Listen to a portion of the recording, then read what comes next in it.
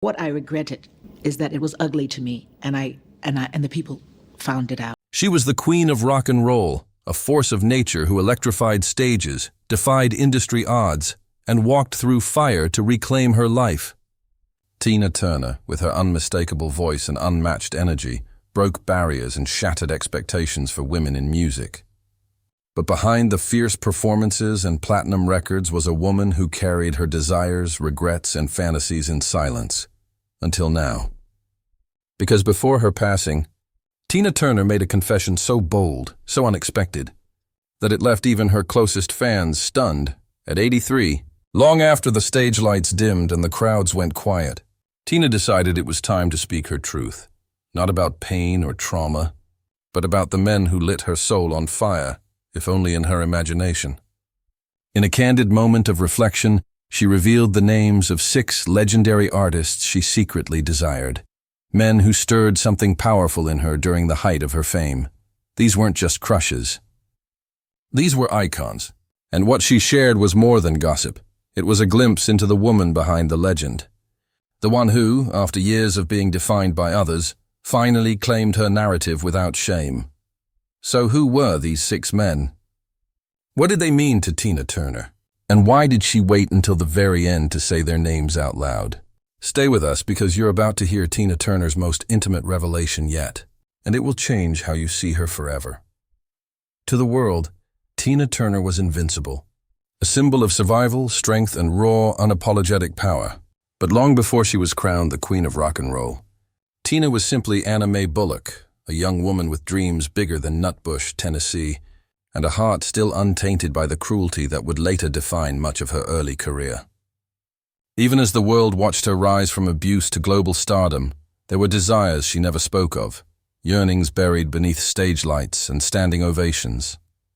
But at 83, having conquered every demon and reclaimed her voice on her own terms, Tina finally decided to laugh, to reflect, and to tell the stories she once only dared whisper to close friends.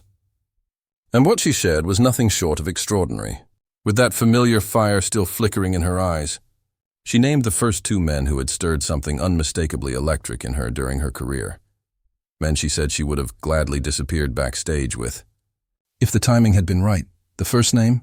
Mick Jagger, the wild Rolling Stones frontman whose onstage swagger matched her own. Their chemistry was no secret. They'd shared stages, danced in chaotic unison, and whispered inside dressing rooms late into the night.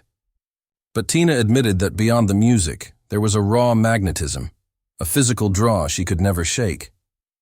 She laughed, recalling how Mick once tried to teach her a dance move and ended up tangled around her like a snake, sending both into fits of laughter. If I'd let it happen, she said with a wink, it wouldn't have stopped at dancing. The second man on her list? David Bowie, the thin white duke, mysterious, androgynous, and magnetic in a way that transcended the usual rules. Tina confessed that Bowie fascinated her, not just his music or the way he played with gender and fashion, but his mind. He made you feel like the only person in the room, she once said. And I wanted to feel him. Completely. Though nothing ever happened between them beyond shared admiration, she admitted she often wondered what it would have been like to explore that energy alone. No cameras, no schedules, just 2 souls out of orbit. These were not shallow crushes. They were moments of real, human connection that could have gone further had the stars aligned, or had Tina allowed herself that kind of indulgence in a life that often offered little room for her own pleasure. But in her later years, living peacefully in Switzerland with her devoted husband, Tina finally gave herself permission to talk about these memories, not with regret, but with amusement, warmth, and honesty.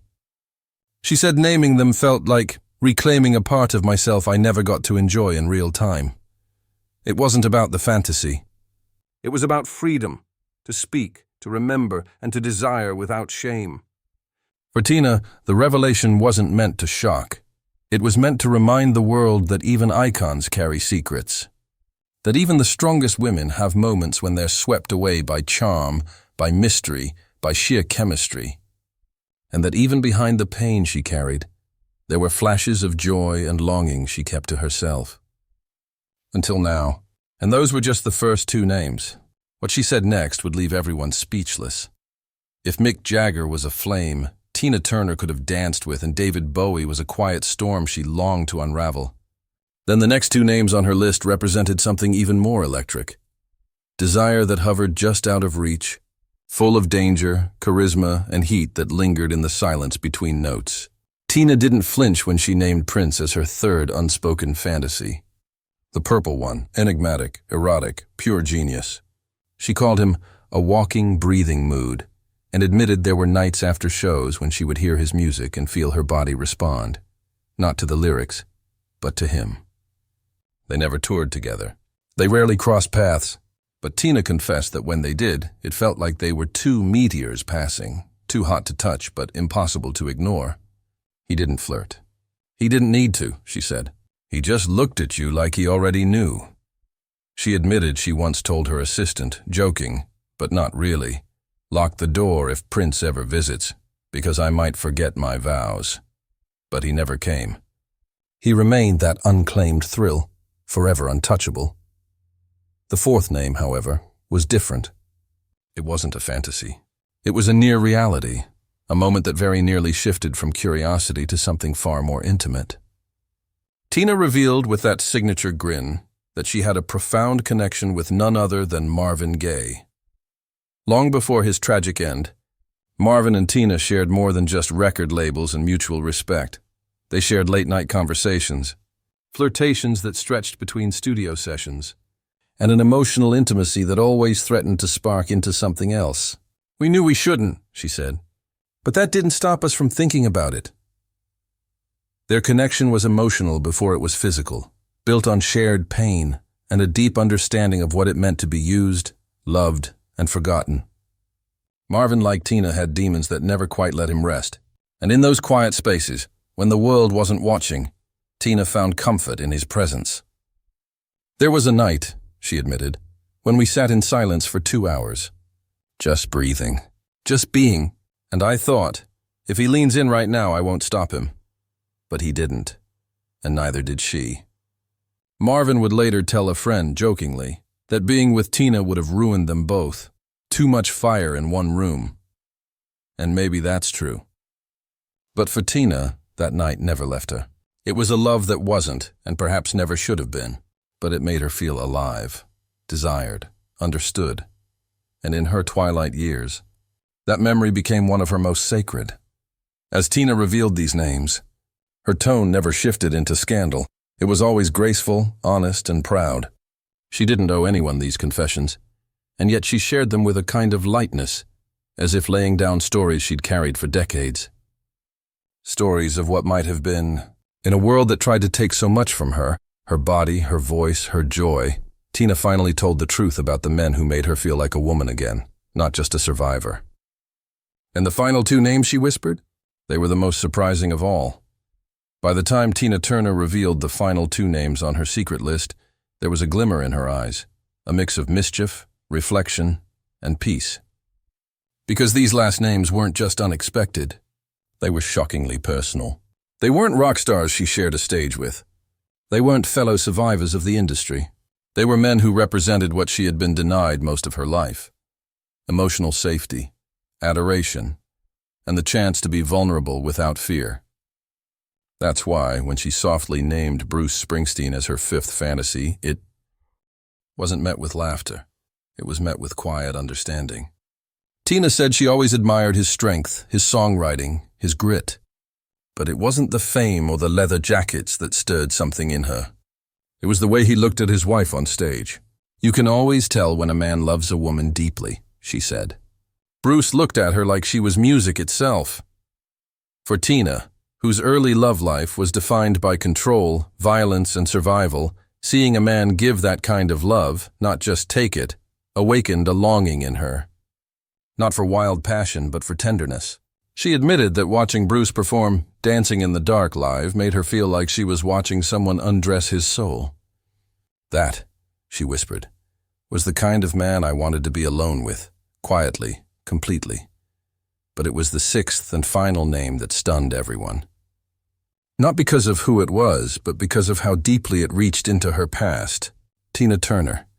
After all the battles she'd fought, after all the pain she endured, revealed that the final man she ever wanted in that way was Sam Cooke, the voice of a generation, the silky smooth soul singer whose tragic death left the world gasping.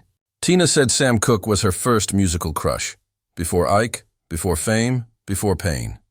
She remembered hearing "You Send Me" on the radio as a teenager and feeling her body ache in a way she couldn't explain.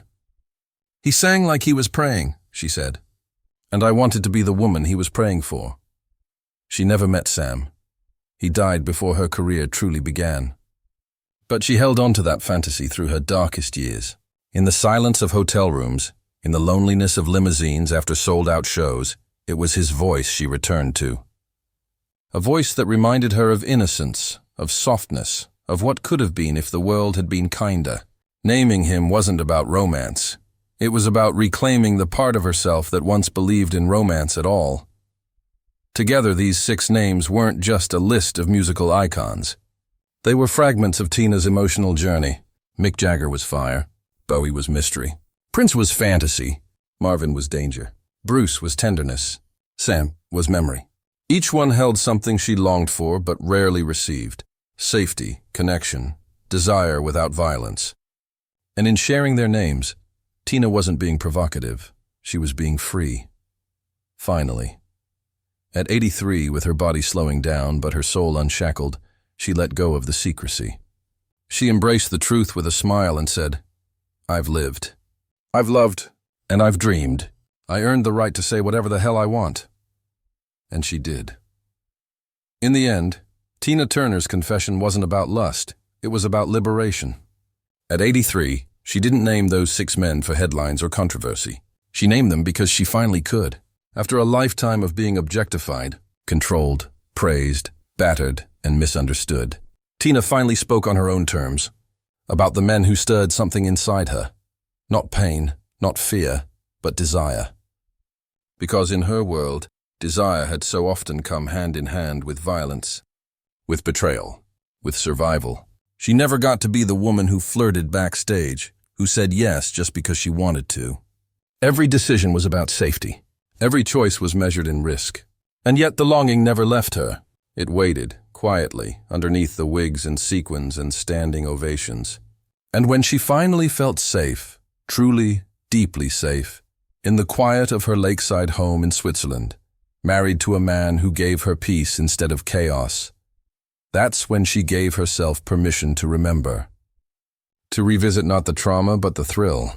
To speak about what she never could at 23 or 43 or even 63.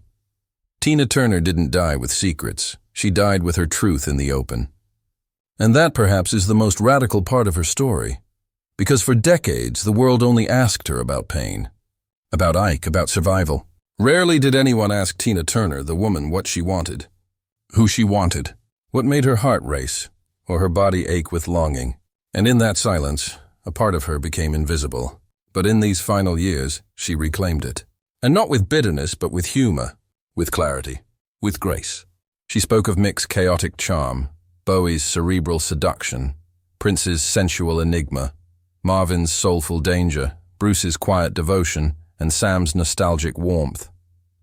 6 men, 6 desires. 6 unlived stories that helped shape the one she eventually owned. And in doing so, she reminded the world that women, even legendary ones, are not made of stone. They feel, they dream. They imagine, they want. And sometimes, the things they never had say just as much as the things they did. Tina's final truth wasn't about who she slept with. It was about the fact that she was finally allowed to say who she would have, had she ever been free enough to choose. That's what made this confession so powerful. It wasn't scandal, it was sovereignty. It was a woman, long praised for her strength, finally being celebrated for her softness, for her desire, for her humanity. And in the end, as the lights dimmed and the world mourned her passing, Tina Turner left behind more than music. She left behind a blueprint for surviving with soul, for laughing after loss, for wanting after wounds, and most of all, for speaking, even when it took 83 years to be heard.